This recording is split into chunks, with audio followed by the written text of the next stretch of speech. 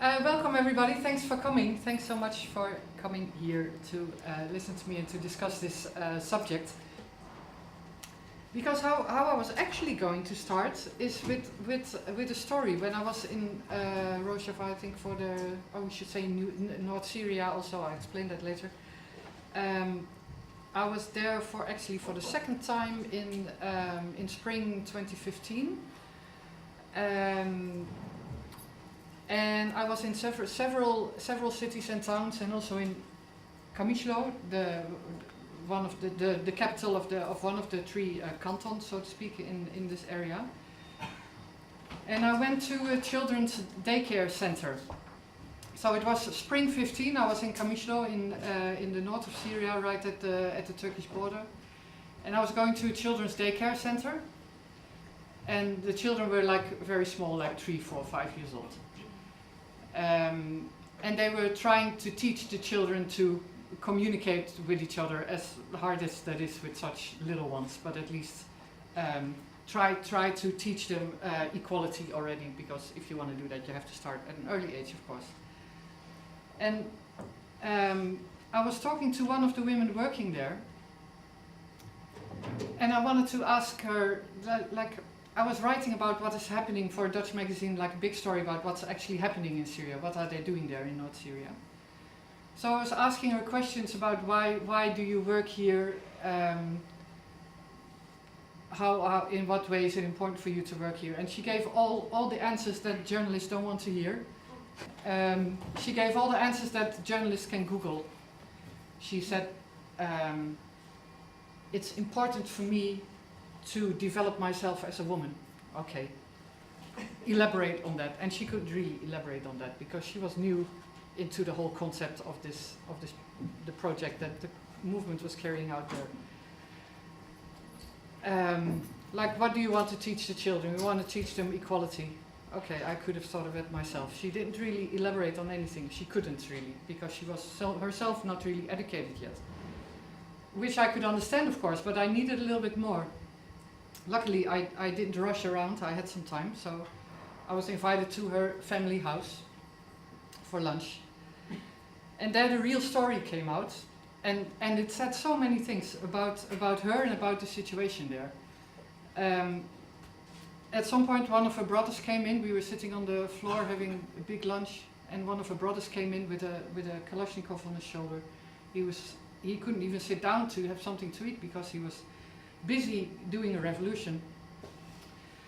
But he said, I didn't see the husband of the woman, and she was living with her family, but I thought, isn't she married? I don't know, because it's a traditional society. She was like around 30. I thought, isn't she married? And she said, you know, my sister's divorced, isn't it? No, I didn't know. And he said, her husband was from a very bad family. They didn't appreciate her.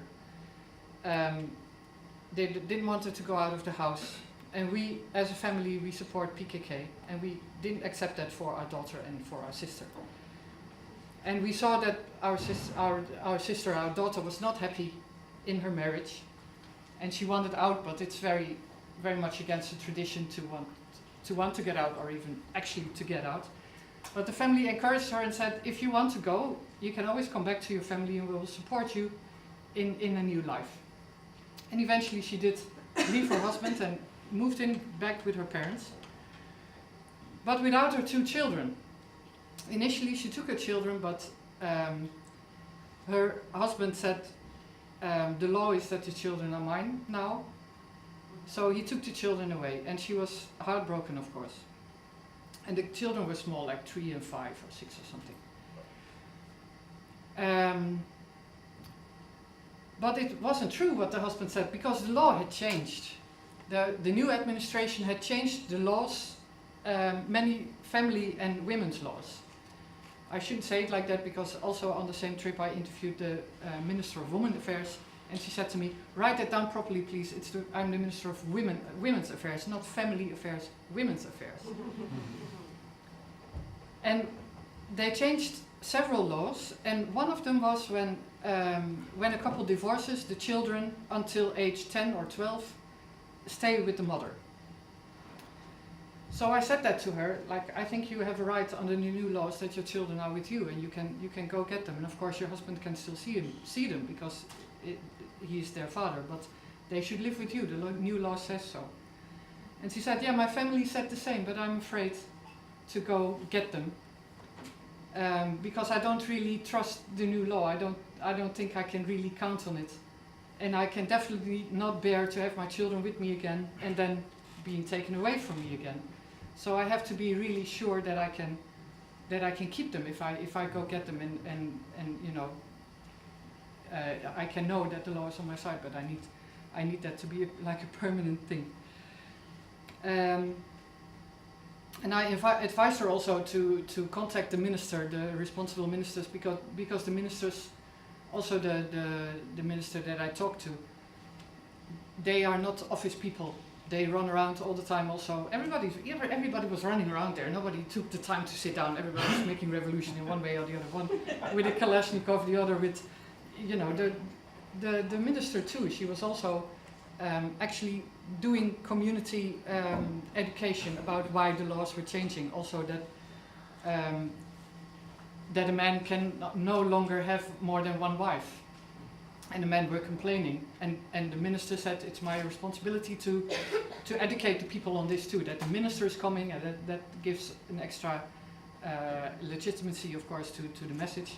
And she would ask the men, like, some men said, but what if my wife gets sick and she can no longer take care of me?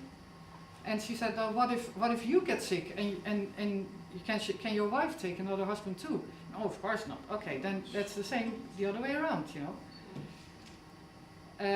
So she really tried to convince the society of the new laws, and that's why I said, like, it's not really consolidation. It's like an early beginning, because this mother who lost her children. That's why in the end, by the way, it turned out that is why she wanted to work at the children's daycare center, because she missed having children around. And there were no other children in the house. So she said, now I can be among children every day, and it also in a way makes me miss my own children more, but at least I can do something with my mother heart or something and take care of children every day. So that was the real story. And that was, of course, much more convincing and real story than just a woman saying what every woman there would say, like, you know, I have to develop myself as a woman. Yeah. You know, the real story is always says so much more than the story they've studied. So it is in a way very true that it is a revolution. These changes are really big, and women are really important in these changes. Women's rights are really important. But the society is coming from very far, and I recently read a story about it too in Raqqa, that the Syrian Democratic Forces, which is the Kurdish groups, the YPJ and the women's group, YPJ, worked together with several Arab militias, and they liberated Raqqa. And you hear some people saying, I read an article about it saying, like, but this Arab society is really conservative with women, so how are you going to apply this sort of revolutionary idea to that society? But many of the Kurdish women and some of the Arab women who are fighting in that, it's mostly, the women are mostly Kurdish. There's some Arab women also, but it's a majority Kurdish women. They come from a very conservative society as well. I lived in Diyarbakir in southeast Turkey for 3 years, and I wrote a lot about women's movement also. And the last 30 years, since PKK started their, in the beginning PKK wasn't that feminist either, but over the years they became more feminist, and feminism became the core of the ideology, and it has changed a lot for women in Kurdistan. And they come from a conservative, also feudal society where men have everything to say.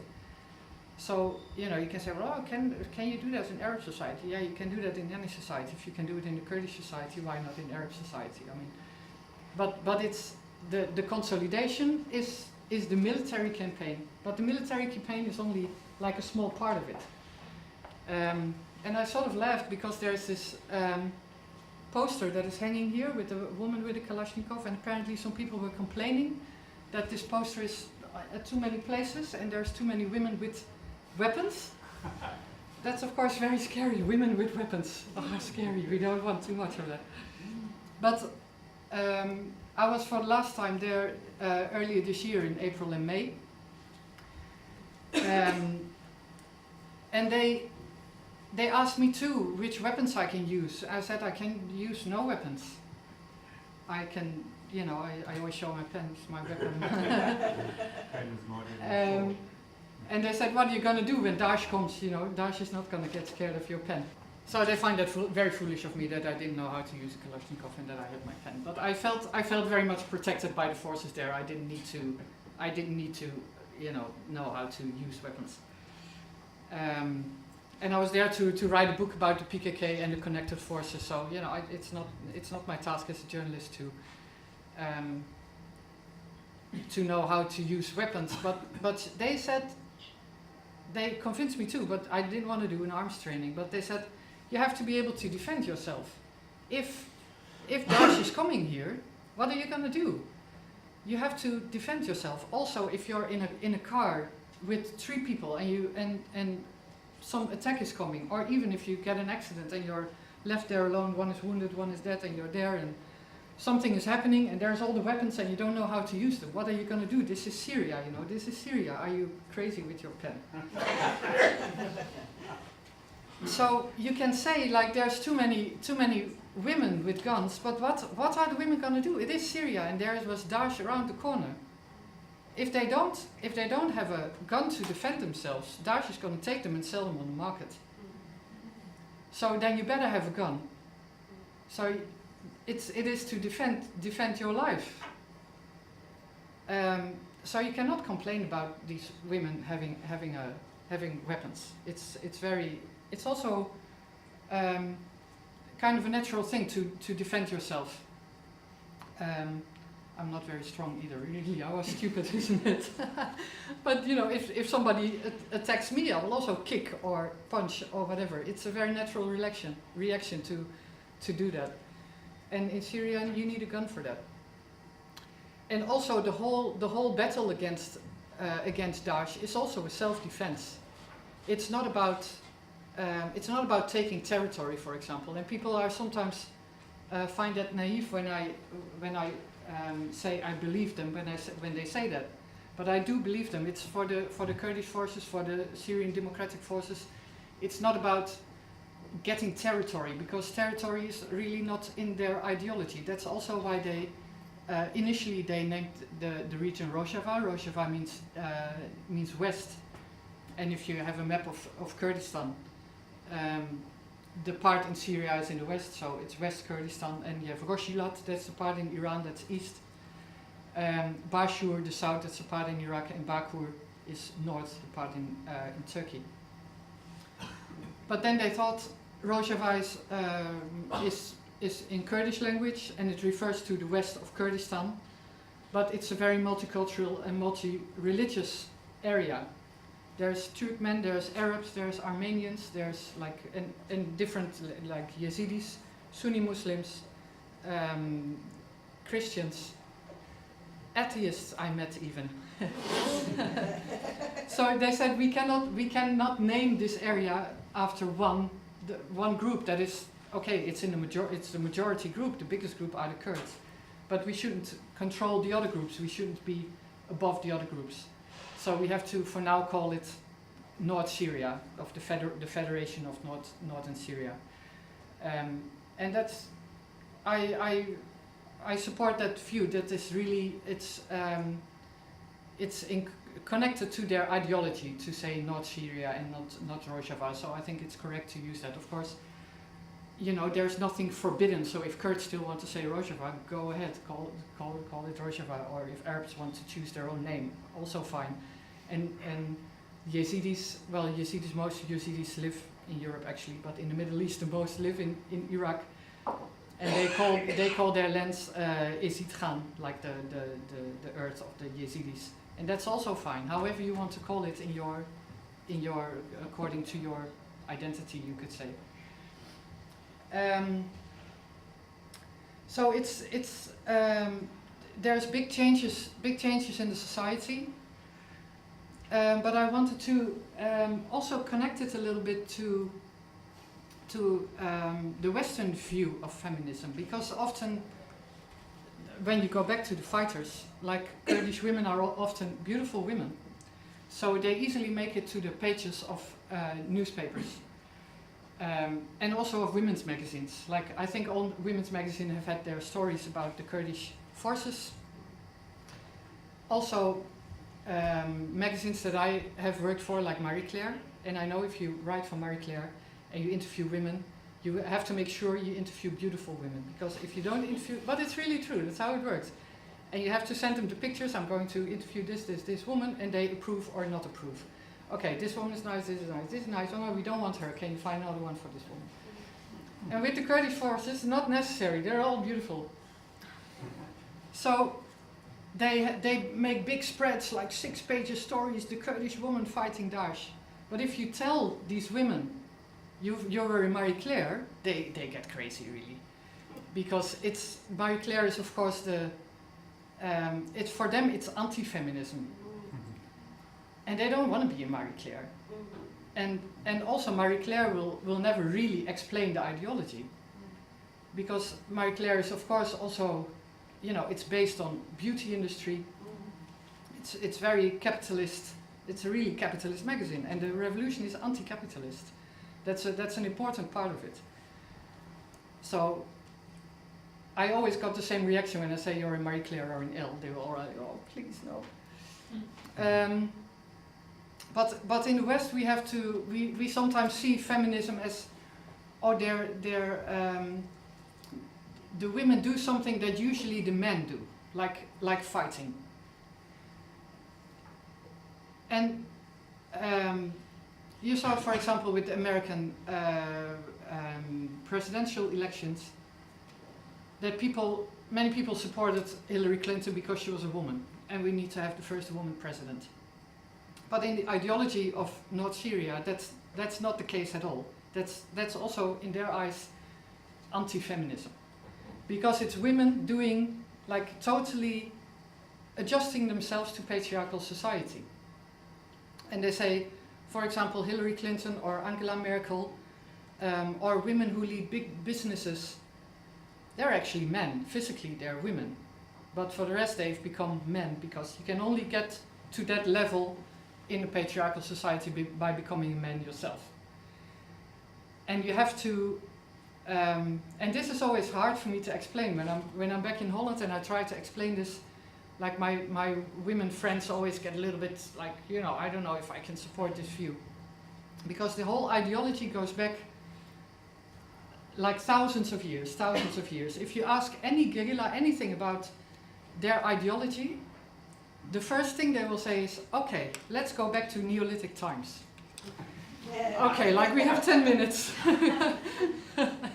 But it's always and sometimes I say, okay, would you please skip the Neolithic times? I would like to say last 100 years. Yes, but for that I have to say one thing about Neolithic times, so you can't escape it. But it's understandable, because they say, that's also their criticism to everybody. Many people say who know a little bit about PKK say it's a Marxist organization, but they've actually criticized Marxism, communism very fiercely. And one of the things they say is the mistake that they haven't gone back in history enough, and they should have gone back to where human societies started, which is the Neolithic times. In their, they do acknowledge, by the way, that first human beings were in Africa and then migrated to the Middle East. But there the societies emerged that eventually also influenced the Greek and Roman societies. And we in the West, we like to think that everything started with Athens and with Roman and Greek empires. But they were not coming out of nothing. They were based again on civilizations in Mesopotamia. And they started in Mesopotamia. You had the Neolithic societies, and they were as far as we know, because this area is not that much investigated, researched yet, also because we tend to think that, you know, we started with the Greeks, so who cares what happened before that. It's not that much research about it, but it was more of a matriarchal society. And they say you can also see that because they had female gods, and not one god, but more gods. And that means to them that like the religion reflects a society. So the more the nation states in Europe and in the world became the thing to strive for. Now also in Kurdistan, in Iraqi Kurdistan, of course, they want to have a state. That's also the time when monotheism was getting stronger, and there were no female gods. So this the whole system of a male god, and nation states would use that concept, like we also have one ruler, one president, or one strong person leading our societies. But if you leave that, and if you think of a society with goddesses and with more goddesses, then it automatically means you have a more matriarchal society, but also more equal society. And apparently that's what the Neolithic also was. Like I said, I would love to do more research into that and how much is really known about how much equality there was in those days. But the ideology that this revolution is based on, Öcalan's ideology, says this is what we have to go back to. And that doesn't mean, of course, that you have to go back to very basic. I mean, you don't leave all the technology and everything behind, but the mindset has to go back to there. That is where humanity came from, and that also means, and this is always the tricky part for women in the West, that you leave these male goals behind. That you don't try to rule somebody else. The women are more focused on the community, and that's where my friends always go, oh, I'm not sure about that. They don't want. Many feminists in the West don't want to hear that. They say, I have a career too, and of course you have a career too, but many people in the West can't really leave that behind and say, like, in the end the community is the most important thing. People are, I don't know the English term for that, but we live in cattle, isn't like group. What's the official term for that? Like we're a group animal or something. Social animal. Yeah. At least we live in groups. We can't live on our own. So we also should have this society that is based on individualism, and also in a way. And I learned a lot about that too in the PKK and in the related groups. That we are very focused. I see that with my friends too, and I used to have it too. And I'm so happy I kind of left that behind, to search for one love in your life. Like, why is that? You know, you don't need that. If you have a strong community around you, you don't need that. You can, of course, have a marriage, you can have children, but it's not like you have to focus on that. And if I look in my country, in Holland, I'm living there temporarily now. And I'm living there's a row of houses, like 12 houses, and everybody has its garden. And the neighbors were having a barbecue, and I'm still with my heart and everything in Kurdistan. So I thought, you know, let's wait how long it will take before they will invite me to their barbecue. Well, it didn't happen, of course, because it's their garden with their barbecue. And that's not very natural. It's like anti-natural in a way. And I noticed that myself too when I was thrown out of Turkey in September 2015. My friends in Holland really helped me a lot, and my family. Everybody helped to support me in a psychological way and in a practical way. All the doors were open for me. I could sleep anywhere, and that saved me. And that is the community. Also, when I lived in Kurdistan, I lived alone. I had my own apartment, but I felt like this whole community, this whole city of Diyarbakir was sort of supporting me, was sort of carrying me or something. I didn't have to do it alone. There was a whole solidarity feeling that, you know, also when I was prosecuted, I walk on the street, oh, you're the journalist prosecuted, come on, get your tea, and, you know, and that is still much more alive in Kurdistan and not in our societies, because as feminists we think we have to do what men do. But you can also think, and that's what the men in the PKK also do. One of the most important tasks of men in the PKK is to kill their masculinity, and they are eager to do that, and they go voluntarily to courses to eliminate their masculinity. And I've sometimes criticized fighters for that, because I've traveled in PKK and several connected groups for a year, and there was one man. I did a long interview with him, but I didn't really like him. He was being a little bit macho, I thought. And at the end I also said it to him, like, I don't know, I think you're rather intimidating and pressuring your own thoughts on me, and I think you're behaving a little bit macho. And I thought, what if I would say that to a Dutch friend who's behaving like that? That would become kind of a, you know, awkward discussion probably. And he said, I know. My friends criticize me for that. The PKK has these meetings in which you criticize yourself and others criticize you, and it's done very respectful. I've joined those meetings. And he said, I hear that all the time from my comrades as well, that I haven't, you know, killed my masculinity yet. But he also said, I'm from a clan near Van in the east of Turkey, and it's a big clan and it's a powerful clan.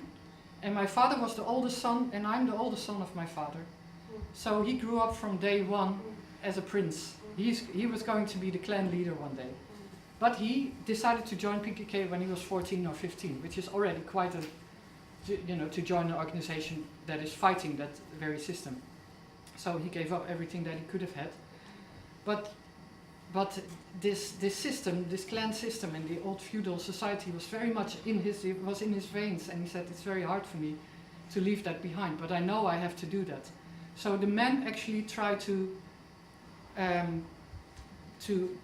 kill their masculinity and to give more way to their feminine side.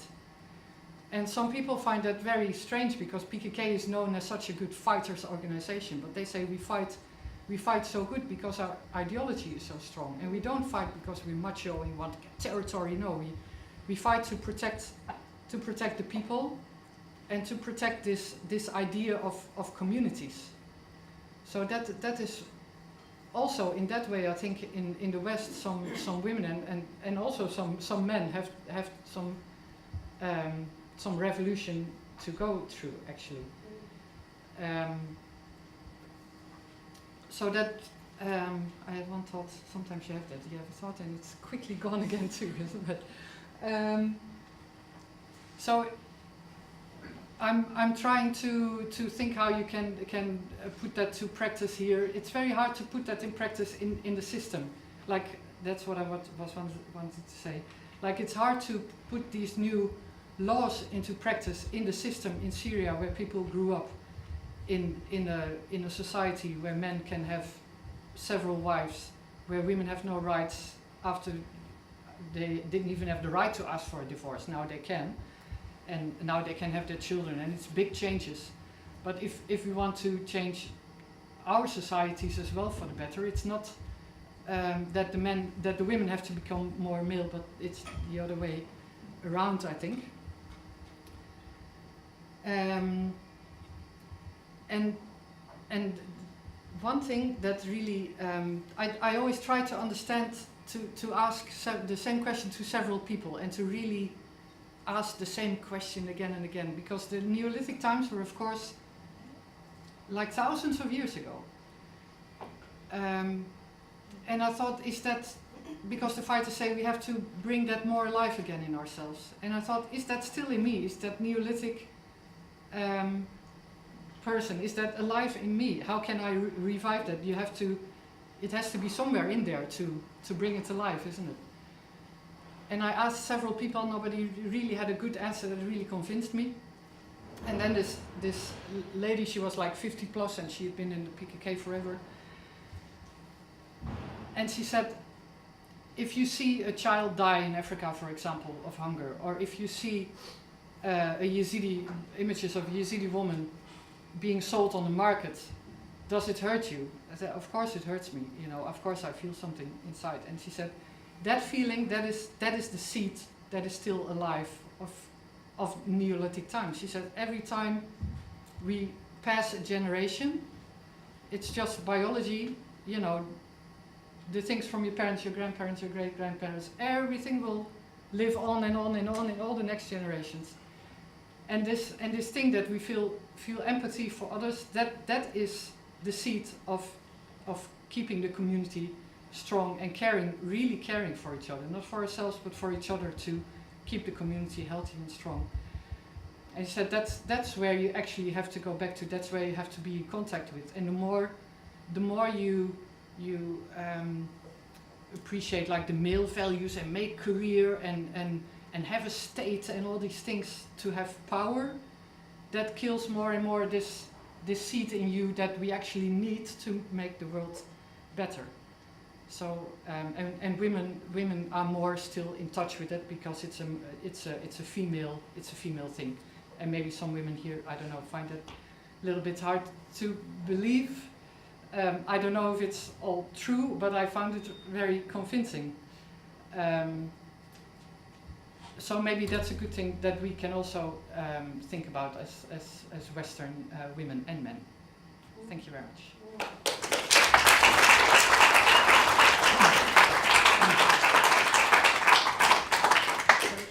Thank you. Wow. Okay, we've got a lot of time for questions and comments. That was just the teaser, and a very good teaser at that. I'll start with the shortest one. Which language did I use? Well, I lived in Turkey for 9 years, so my Turkish is okay.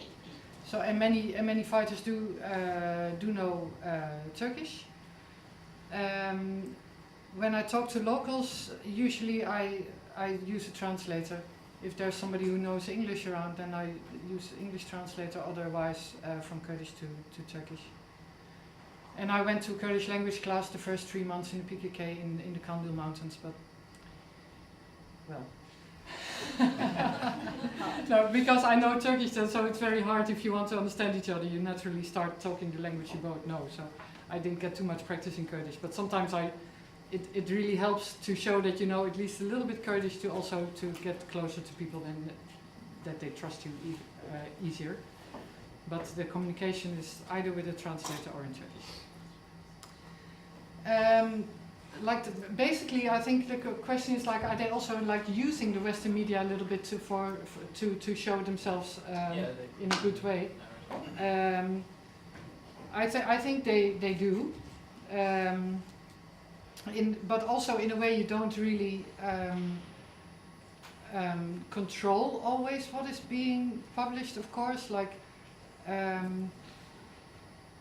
there can be like a photographer coming and he can sell his photos or her photos to a stock bureau, and everybody can buy the photos. And if Marie Claire likes the photos, they can buy them and Google around, or I don't know. Probably they do a little bit more research in that, but and make an article or make mainly a photo article with short text, and you don't really control that totally as an organization. But what you said about like there used to be like more pictures of, for example, dead ISIS fighters in blood, but I think that is really not. Always, also in the past, has not at all been the picture that the organization wants to show. I think they've done a great deal of internal education, especially with foreign fighters. I've met some. I didn't focus on foreign fighters because I think that's kind of another book and it needs more explanation that I want to give on that topic in my book. But I found them very often, not always, they are really well-educated people, but some of the foreigners were really uneducated about the ethics of the movement. And they would maybe spread such pictures. Oh, I killed an ISIS fighter, look him bathed in blood or something. That's really not the way to... I think they banned that. I'm not sure, but I didn't verify that, but I'm sure they did, because it's against their ethics also to show a dead fighter like that in blood. It's not ethical. So that kind of stopped is probably due to better education to the foreign fighters. That's not the way to share your successes. It's not like they happily kill people, even if they're Daesh. It has to be done, you know. But it's not like a happy thing. But what I do think, and sometimes it annoys me a little bit. On the other hand, I can understand it too. That when a Western fighter is dying in battle, it's always, they make it a big news, also in their own channels, and they make commemoration videos, and there's press releases, and everybody makes it a big thing, and they go back to their home countries, and the funerals are shared widely. But there are more local fighters dying, and they don't get such treatment. And of course that has to do with propaganda reasons, like we want to show that we are an international movement, people come from everywhere to support this, what they call the revolution. So there is a propaganda aspect there that I sometimes find a little bit difficult, because, you know, also the local fighters' lives are worth just as much, but they're not used that way, and I find that a pity sometimes. But in that way they're influencing it, but you cannot influence it totally. The Xinjiang Azadi, that I had the most interesting conversation I had about that actually is with Jamil Bayik, who was asking the question. With Jamil Bayik, he's the co-leader of the PKK in Kandil in the mountains, where the PKK has its main quarters. And I was doing an interview with him on the latest developments in Turkey, and they were still open to have a new peace initiative with the government, and they had a few conditions, but not crazy conditions, you know, like a third party has to be involved, and the ceasefire has to be mutual, like rather normal conditions. And there was something that I had on my mind for some time, and I said it to him, and I said, you behave like a woman who's beaten by her husband. She goes away, and then she says, oh, we will fix this, and we have to try again. But, you know, this state, the Turkish state, really doesn't want you, and it's going to beat you up again and again and again and again. Shouldn't you have a state of your own? Shouldn't you, like, really move out and make your own safe home?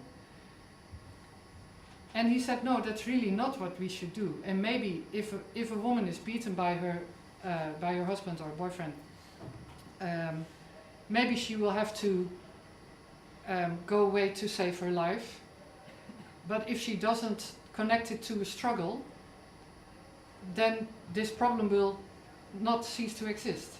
So, and if she gets a new relationship, it might happen again, because there has been no struggle on any level, not on her personal level, not in the family, not in the society.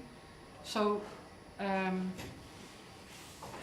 he explained all that, and in the end he said, that's why we said Xinjiang Azadi, that is why we say woman, life, freedom. They are so connected to each other. You cannot just run away, because running away just doesn't solve the problem. You have to, and as a woman, what I explained before in my talk, it's very much focused on women. That is really like the feminism is really the core of the ideology, and it means struggle. So that's also why I laughed when they said, like, there's too many women with guns here. Yeah, you know. That the struggle sometimes requires a gun, but in general it requires a struggle on another level, and only that struggle will lead, only that struggle of the women will lead to life and to freedom. So that's what I've learned. The referendum in Iraqi Kurdistan and international support and solidarity also for Rojava after Daesh is beaten. Well, I always say Bashur. Bashur is. I have sometimes a little bit problem with saying Iraqi Kurdistan because it's Kurdistan.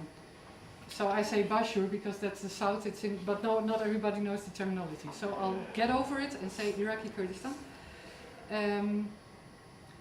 Like it's sort of a very clear example of why the PKK is against nation states. It's like the elites and the rich people who want a state for themselves because then they have more power internationally too. and they can consolidate their powers that they already have in society, and that the referendum wasn't really for the people or for democracy in any way. It was for power, actually. And he didn't get much support internationally, because I think states support states as entities. Like the whole policy of European Union and America is still to keep Syria together and to keep Iraq together. So I'm not sure, nobody can. I would sometimes love to peek inside the heads of men like Barzani or Erdogan. Like, what do you really think? Did he really think that he would get support for the referendum from America? There was no sign whatsoever that he would get support. No sign whatsoever. America wants to keep Iraq together, and as long as the Kurds fight against Daesh, they will get support and they will get weapons. But that's about it. And I'm afraid the same counts for North Syria, for Rojava. I'm afraid that it looks like Assad is going to win the war, and he's a dictator, and he will not settle for 75% of the country. Kurdistan Rojava is like 25% of the country. So he will want to have 100% victory, and he will want that area back. And I don't really know how strong the army is. They are getting somewhere, of course, with help with the Russians, and many of the opposition groups in Syria are rather weak themselves because they're fragmented so much. So, I don't know in military strength how much the Kurdish forces and the Syrian army how they balance. I don't know. But I don't think there's much chance, like very little chance, that the international community will stand up for the Kurds in Syria. And it could very well be that they lose their experiment again.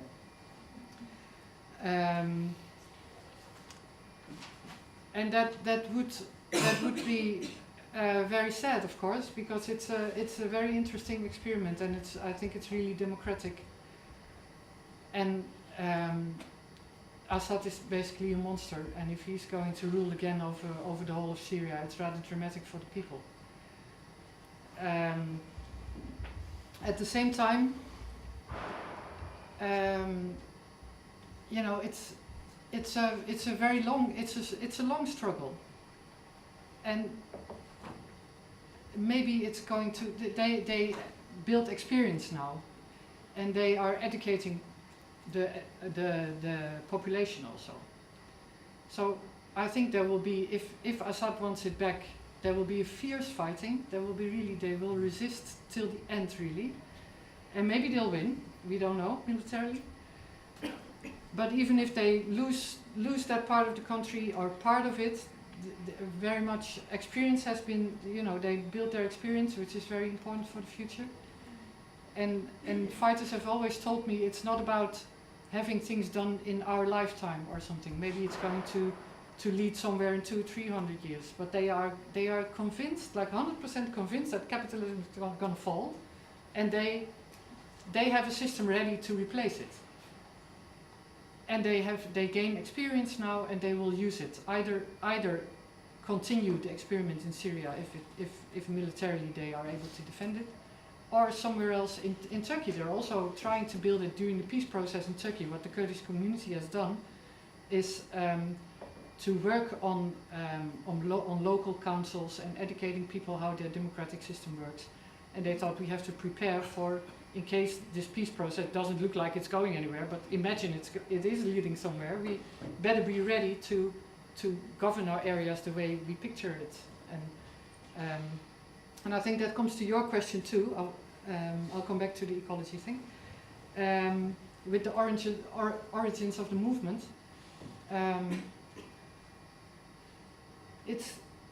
I think in the Kurdish movement, not many people really expected this to happen in Syria, because Syria was one of the it was a really bad dictatorship, so not much could be done there. But the PKK and the PYD, the political group there, so not the YPG and the YPG are the armed groups, but the PID is the political group. They've been working undercover before the war and in the early stages of the war, when Assad's troops were still in charge in the north of Syria. And education is like the most important thing in the PKK and in the related groups. And they thought maybe they sort of expected in Turkey to be the first place to try to put it into practice. But then this terrible war started, and then Assad decided to use his troops elsewhere, and then the Kurds suddenly find themselves like, whoa, now we can try to do it here. And it's not like then they started to think like, what are we going to do? How are we going to do this ideology? What is the system? No, they had it all set already. Because they've been, the ideology has been, in the beginning the PKK was fighting for a state of their own, but PKK started in '78, and the first attack against the Turkish state was in '84. But halfway in the '90s the ideology started to change away from a nation state and to democracy, so they've been working ever since to educate their people and their societies about it. And also on the ground in Syria they've been doing that. On not that big a scale because it was dangerous, but enough to have something ready to put into practice. So that's I heard also from some foreign fighters who were like European anarchists who came to the PKK for some time to get more ideological information. They also said like one of their things is also, one of their important points is you always have to be ready. You have to make sure that if something happens in society, if something changes, that you're ready to put something else in place or to spread your view on the world. And that's really what happened in Syria. Like they got the chance and they took it. The ecology is part of it, but and they do put it into practice. They try to, but it's like a young revolution, you could say. But there's ecological commissions who try to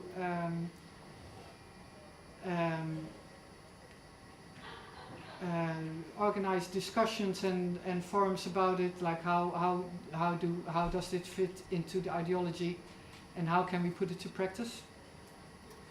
And they're, for example, building a village now in Rojava, which is totally ecological, and they're trying to build ecological houses in a traditional way.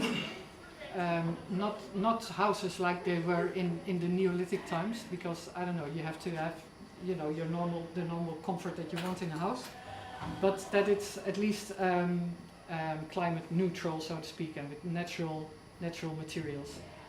And in that way, they are really trying to make it part of the ideology. It is like it's a very natural part of the ideology. If you want to go back to caring for your community, and the nature is part of it. So it's like it cannot not be part of the ideology and of the struggle. But they're building it, and I've had like endless times I had to say, like, if I saw them open the window in the car, you're not going to throw the rubbish out. And they do it anyway. There's a lot of work to be done. Like they're building an ecological village there, and there they throw the rubbish out the window. Like, and some people say, yeah, she's right. I was in the ecological commission, and no, we shouldn't do this.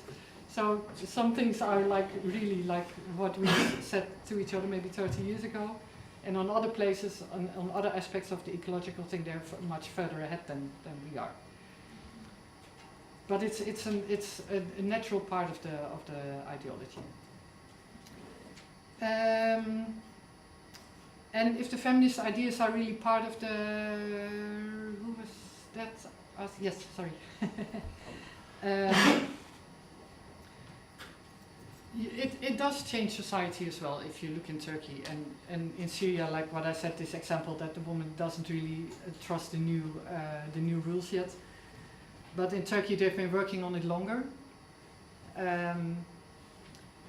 It's a funny thing that they have in all the local councils and up till the members of parliament, 40% has to be women, but also 40% has to be men, because if you don't put that, maybe the women will take over. So that's not necessary anywhere else, I think, but in the Kurdish movement, it's to say we have to have enough men too before all the women take it over totally. And you also see it. I once interviewed the mayor of a small town in Diyarbakir province, and like they have a co-mayor system, like since the last elections in 2011, local elections, 2011, yeah, or 14, I forgot. Like every town where they won, they have a male and a female mayor. And the woman who I interviewed, she married when she was underage to a cousin, and the cousin terribly mistreated her for years, and her family didn't support her. If she often went back home and said, "I'm not going back to my husband, he's beating me all the time." Family didn't support it. In the end, she said to her parents, "If you don't support me now, I'm going to Istanbul and you'll never see me again, and your grandchildren never again." Then they finally said, "Okay, you can come home." And then they needed a candidate for the mayorship, also a woman, and they asked her, and they said, like in that town, everybody knew who she was. She started a bridal shop actually with wedding dresses, and everybody knew her story. It was a small town. And she said, "I have to do that.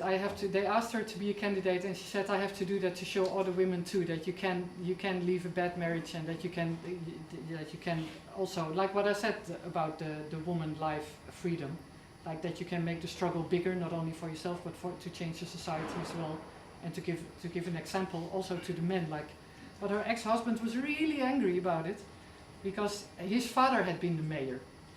And he was so angry. He said, "You have no right to that chair with my father is on." And she said, "I'm very comfortable here, really." So, and the people do acknowledge that there's the code system is really accepted. On the other hand, I sometimes think if they would have like the party says. There's not like an election, like there's like 5 women candidates and 5 male candidates, or 10 candidates, random candidates. And if the population would choose somebody, this is going to be our candidate, how many women would remain? I'm not sure about that. But a lot of things have changed.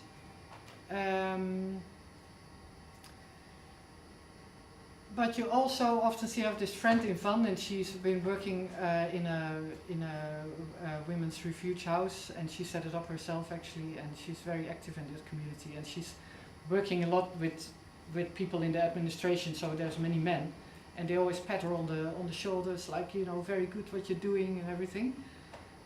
But she always jokes like, "Yeah, if I were your daughter, you wouldn't accept it." And there's kind of a thing like that. Like you support free women, but not necessarily at your home. I had this very old guy who lived in my apartment block, and he asked me, "Are you married?" He was like 80, 90, like a really old guy. If I were married, I said, "No, I'm not married." "Do you have children?" No children." "Oh, very good, you're a free woman." And I thought, yeah, you know, you can support it when it's the foreigner woman, you know, then it's okay. But probably if your wife wanted to have that life tomorrow, you probably, or your daughter, you probably be a little bit less supportive. But you know, things do change, definitely. How to kill your masculinity? Every man here wants to know, of course.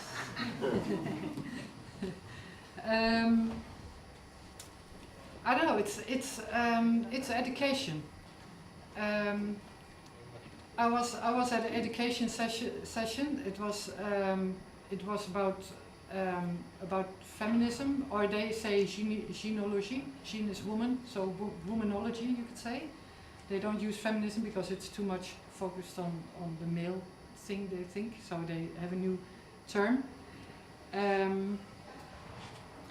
And I was talking to a few fighters in the break, and we were talking about Daesh also, and then the education was going on again. We were walking in, and I said something like, Daesh doesn't have that, does it? Like education about the women's movement. And he said to me, did you have it in school then? No, we didn't have that in school. You know, women were not really part of my curriculum in primary school or in high school or journalism school. I mean, so their education system is also very much focused on that. And the goal of the education is actually to cleanse yourself of the system. So that's why they say it's good to, at least the fighters say it, the leadership doesn't say it, but many young fighters say it. It's the earlier you join PKK, the better it is, because then the system hasn't, you know, taken hold of you so much yet. So if you join when you're 30 or something, then it's very hard to get rid of it. When you join as 15, 16, it's easier. Also because you haven't, well, in Kurdistan maybe it's different, but you haven't really worked in the system yet. You're not really like a victim of capitalism yet. So then you can, you can wash off the system. That's the goal. And education is, many people go for a few years to education before they go to fight. Not all of them, but it depends also how much they consider that you need it. And there's whole courses on women's history. And it also goes back to Neolithic times. And they focus on, not necessarily like you have to reproduce the knowledge they give, but they tell about women's history and the history of the women's struggle in Kurdistan and in the whole region. And then you discuss about it. And when I join those sessions, it's always every fighter, but also the men. Their attitude is they really want to learn, and not necessarily there's discussion, but not a discussion like we discuss. Like, no, I think like this and this. No, I think like this and this. No, but listen, you know, we don't learn much from our discussions. We only try to make our own position stronger. But there the attitude is much more like, what do you think about that? What do you think? Let's really listen to each other. And the authority of Öcalan is like very big. And he also says, it's his ideology that says the women have to be in the forefront of the struggle. And if he says so, then the men also respect that very much. Like, we have to, what they try to do is really try to understand the ideology as best as possible. And they are really eager to understand the ideology. And since feminism or womanology is like the core of it, they learn it and they want to be like a better human being. And if the ideology says that that's the way, that you have to give more attention to your feminine sides and to that you have to build a matriarchal society, then that's what they'll do, and they give all their effort to do it. So it's really hard, I think, when you're in the system, like we all are, to really do that, because the system demands something else from you.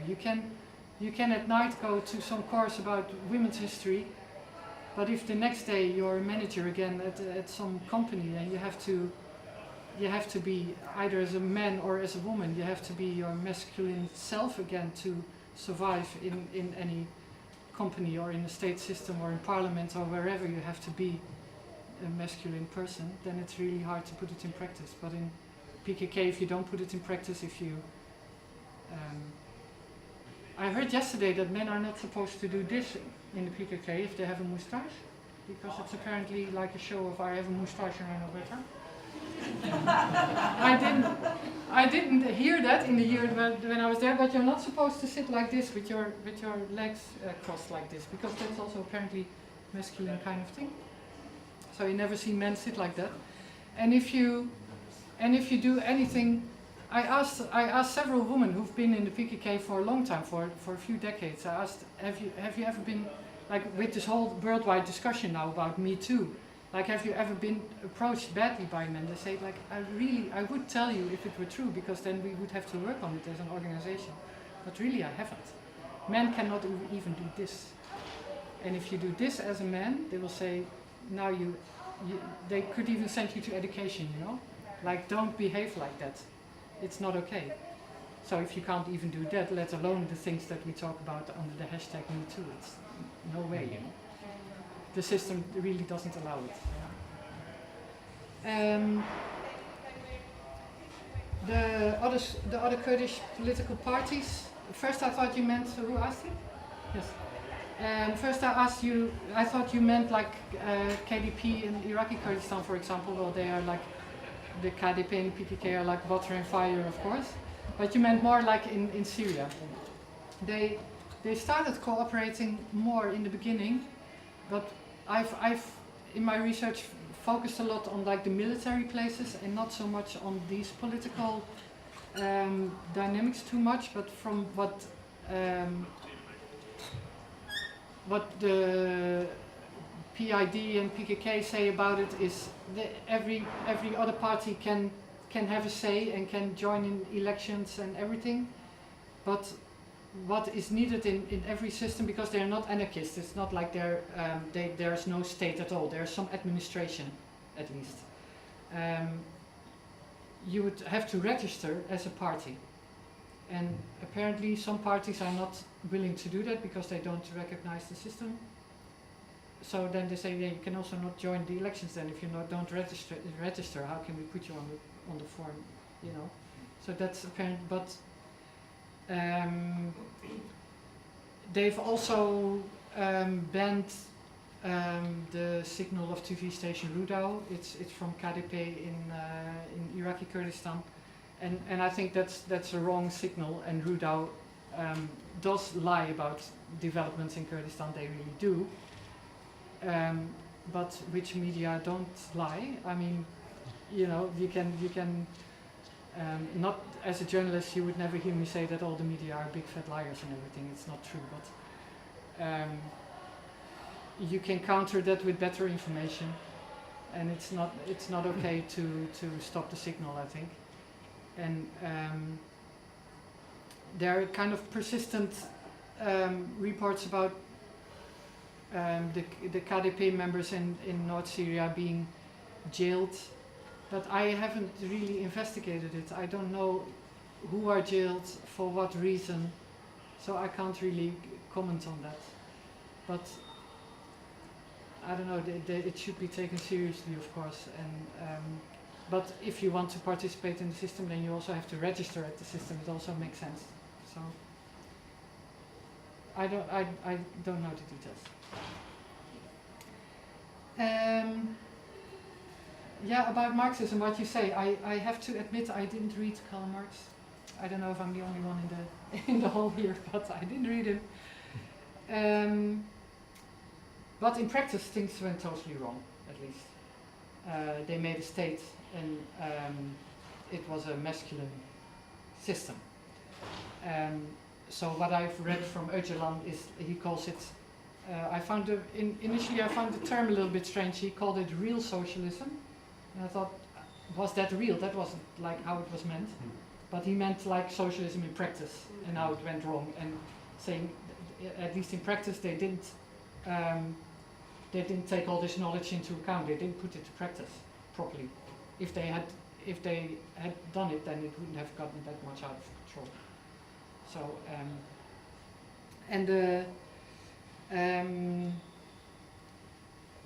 solidarity, it is important, of course, and it is. I think it's also important to educate people, because I don't know if in solidarity groups also in Melbourne, I will ask, and also how you as a leftist group, how you educate people on this system, because it is not a system that is necessarily, it's not a system for Kurds, it's a system for human beings.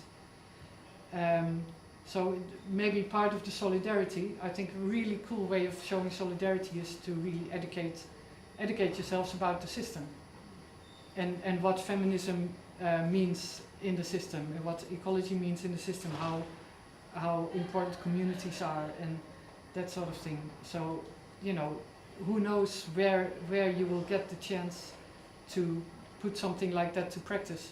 For example, in Catalonia now, with the whole, apparently the mayor of Catalonia, a woman, I forgot her name, she doesn't necessarily support an independent Catalonia, because she says, you know, we don't really need another state, we need democracy for the whole of Spain. So, if in a way, I didn't study the Spanish system, you know, but I do know that they have many autonomous regions.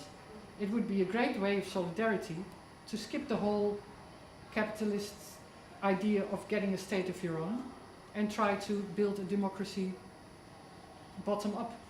And I don't know if the Spanish constitution or whatever gives room for it, but the greatest solidarity would be to try to build a system. But of course, the strongest voices are, of course, you know, Catalonia is a rich region, and let's keep the money for ourselves and make a state and get rich. So if you would want to have solidarity, it would be cool to try to put it into practice, or to at least start educating people on it. I think that would be a great way to actually do something to spread the ideology, because naturally it's for all human beings and not a Kurdish system. I didn't talk about it too much because the whole thing, like it's I know from the Kurdish movement in Turkey that they support everybody's rights, and that they want democratization for everybody. So it's not like it's a Kurdish movement, but the party, the HDP, is a party it's emerged from the Kurdish movement, but it's a cooperation with also many smaller leftist parties and NGOs, and queer and groups are part of that. And that's also the only party who has queer, gay candidates for parliament, and but in the PKK, I didn't really discuss that because like one-on-one relationships and these kind of things are really totally not an issue for them. They are married to the revolution, and I heard some stories that some young people who don't know what to do with their sexual identity go to PKK to get rid of it all, not rid of their identity, but rid of all the societal, the pressure from society, and PKK, it doesn't play a role, and you can be a fighter like anybody. But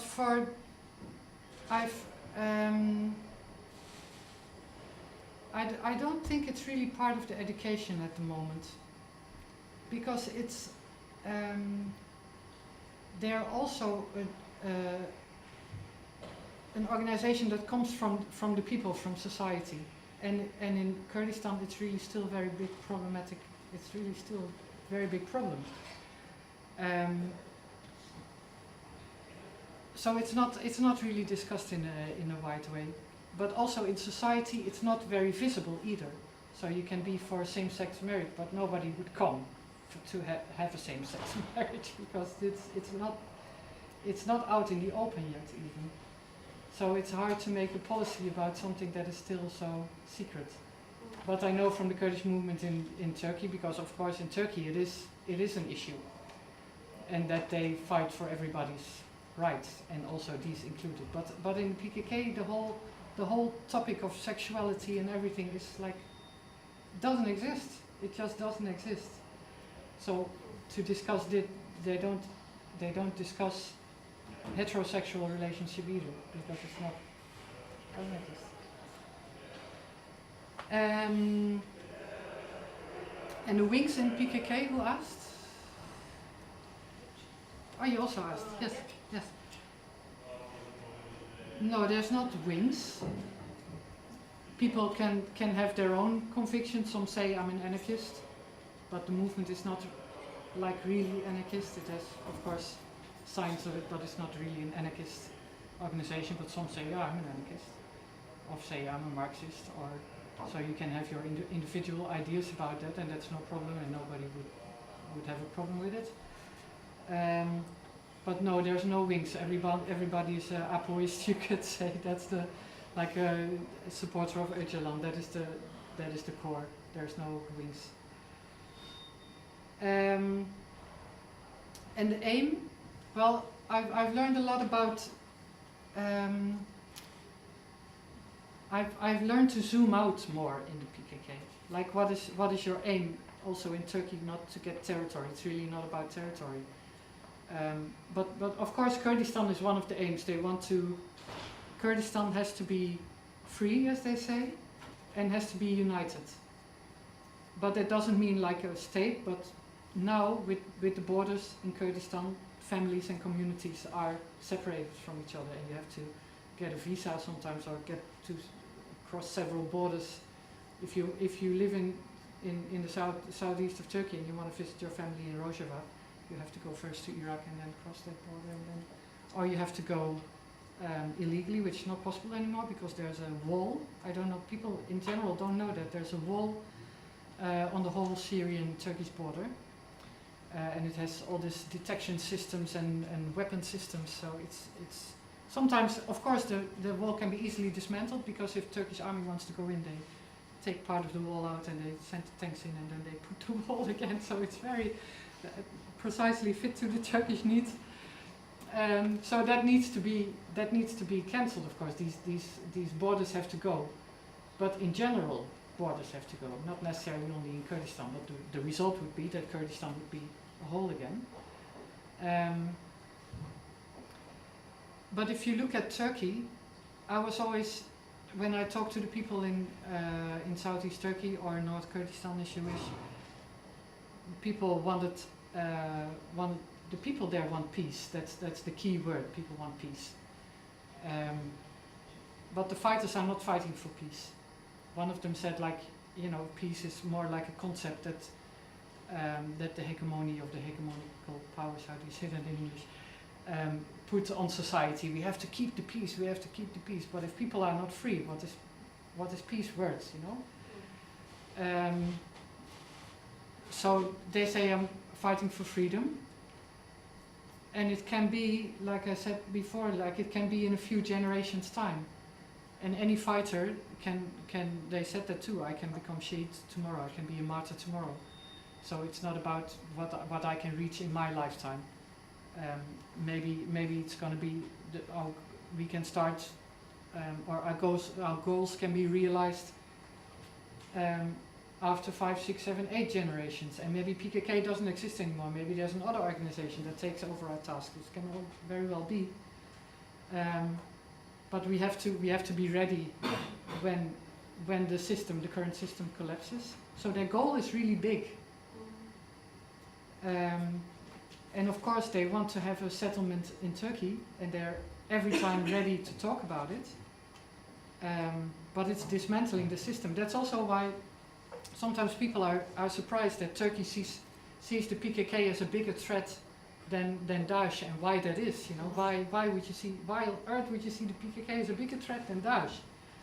But it's understandable, because the PKK is a bigger threat than Daesh for Turkey. It is, because Daesh can be defeated, and in a way they are, they call themselves an Islamic State, and they suppress women. They sell women on the market, and they are like a very masculine society that they try to build, where women have no place, where minorities have no place in any way.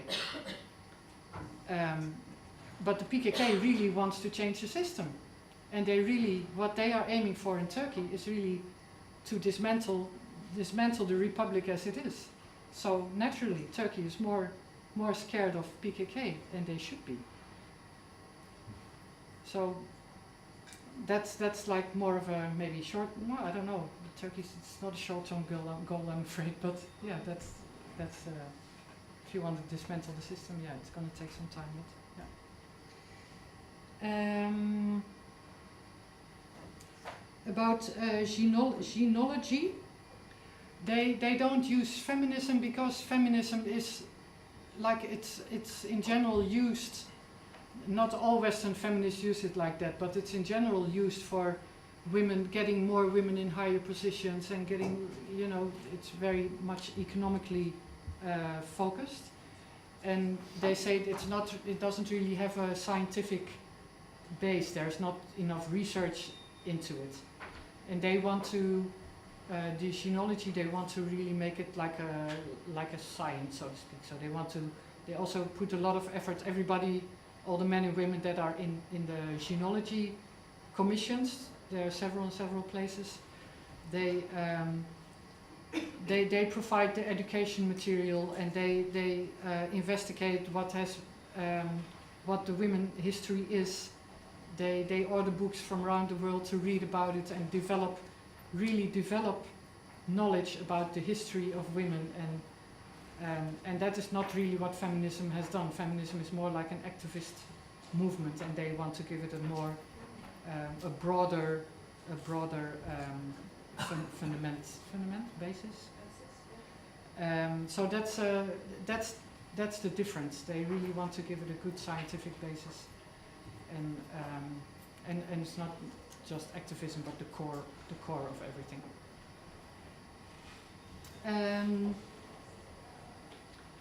What would Öcalan do after he would be free? I don't know. I think in the end, what kind of leader somebody is, it's now very hard to define what kind of leader he really is. Like, who asked the question? You, yes. Like, he's been in jail for a long time, and most parts in solitary confinement. You and me probably will stay mentally healthy for 2 months. And he's apparently very strong, but we don't really know his situation. And there's been, during the peace process, there have been visits to him by his family, by his lawyers, and by HDP politicians to talk about the peace process and the steps that needed to be taken. But only after a leader is free, because he's in jail, so we don't know what kind of leader he is. Only after he gets free, you see how he will really be like an example for the ideology, how he will contribute to reconciliation in Turkey. And these are very important things, of course, because that is what the final stages of a peace process are about, to reconcile people again. But what role he would play is totally unclear, and also, you know, what is. He's been in solitary confinement so long, and then go back into society, which has, of course, also changed. How he would adapt to such a situation again is really hard to, and how he was mentally affected by being in solitary confinement for so long. He's, of course, read many books and written books, so to keep himself, you know, to keep his brain in order, probably. But only after he comes out, it will be clear what kind of leader he really is, I think. And how important he is for the movement. One of the other slogans in the PKK is "Be Serop Shian Nabe," and that means there's no life without a leader. And I talked about that with fighters, with many fighters for a long time, like, how do you see that? Because you have to be careful in how to ask these things. I would carefully say, like, you know, you don't live forever, I don't live forever, probably Öcalan's not going to live forever. So one day he might not be with us anymore. What are you going to do if there's no life without a leader? What if he's not there anymore? And they say that situation can never exist, because he is, when we say leader, it is everything. He is the ideology, and if he dies, the ideology will live on. And he's really he's the symbol of the ideology. And they say, I asked also for example, in Shengal, the Yazidi area, PKK is partly in charge there, and you see Öcalan's portrait everywhere. And I asked, like, why is that necessary? People here, until the PKK came there in 2014, they didn't hardly knew the PKK. When they first saw the people in their military uniforms, they were scared because they thought, who's coming now? They just had Daesh, and then other people came. Who is this? PKK? Aren't the PKK in Turkey? People were confused. And then you put Öcalan's portrait on the street. Why is that necessary? Why are you forcing that leader on the people who hardly know him? And he said, like, oh, but you shouldn't see him really as the person that he is. When we show his portrait, it means we show the ideology. And that's also what happens in the square in Raqqa. There was criticism because there were the military flags of the Syrian Democratic Forces and of the YPJ and YPG. But there was also a big Öcalan flag, and many people said, why is this terrorist leader there? But for them it's very natural, it's their ideology, and if they want to show their ideology, they show Öcalan. I hear that in the next celebration they actually took the flag down, so apparently they did care a little bit what some international people said about it. But you know, the ideology that is the ideology that kicked Daesh out of Raqqa, so it's very natural for them to put him on. And if you look at it that way, I was confused also, why do they always campaign, also in Europe and probably also here in Australia, they always campaign for Öcalan's freedom. And I know it's not not realistic. He's going to be released, that's how peace processes go. The leader will be released usually at the end of the peace process. Also, usually that's what the leaders want, because he's the symbol of this movement. He would not want to be released before the problem is solved, because, you know, the problem needs to be solved. So that's also what the movement says.